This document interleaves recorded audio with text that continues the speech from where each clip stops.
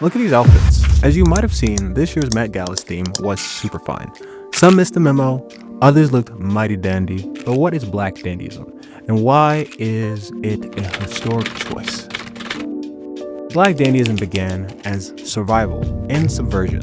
Enslaved Africans continued the tradition of adornment, using beads and ribbons not just as decoration but to signify they were more than just property. Rebellion through style.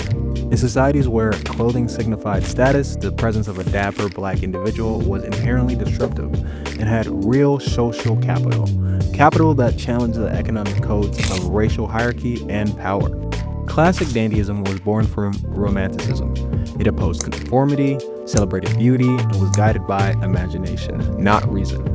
The dandy stands apart from society, rejecting the status quo. For black communities globally, every act of dress in a post-colonial world becomes more than just personal style. It was and still is a collective declaration of identity, culture, and resistance against racial oppression.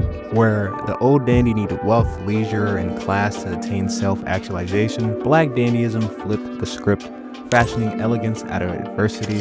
It's about claiming dignity and high style even when the world denies you both. Meet Monica L. Miller, professor and mind behind this year's Met Gala's theme. In her book, Slaves to Fashion, she details how black style transformed from displaying a master's wealth to claiming identity and freedom for the wearer. From Congo's Lesep to Harlem's jazz dandies to today's red carpets and music scene, Black dandyism is and always has been global, redefining style wherever you are. Every act of styling ourselves shatters stereotypes and tropes, showing the world that blackness is not a monolithic thing, but kaleidoscopic in nature.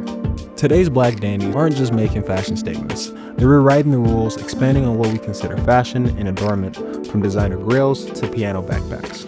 I wrote on this more in depth on my Substack. If you want a deep dive on black dandyism, romanticism, and pop culture, comment dandy and I'll DM you my Substack. Or hit the link in my bio. Ade out.